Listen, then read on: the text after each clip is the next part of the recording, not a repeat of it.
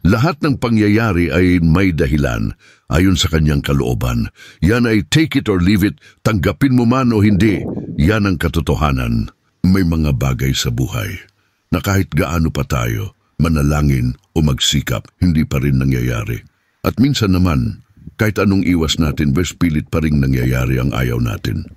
Ito'y maaaring magdulot ng matinding pagkadismaya, panghihina ng loob o maging depresyon. Para bang tanong tayo ng tanong sa langit, bakit Lord? Pero sa gitna ng lahat ng yan, may mga biyayang dumarating na hindi natin pinaghirapan, minsan ni hindi natin hiniling.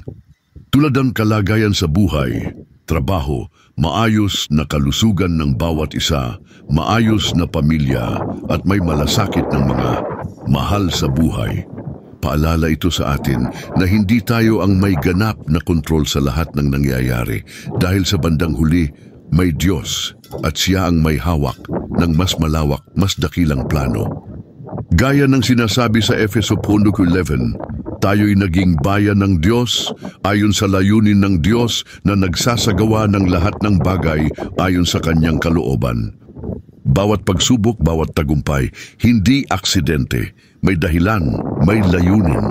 Kahit hindi natin agad nauunawaan, ang pananampalataya ang nagpapaalala sa atin na walang nasasayang.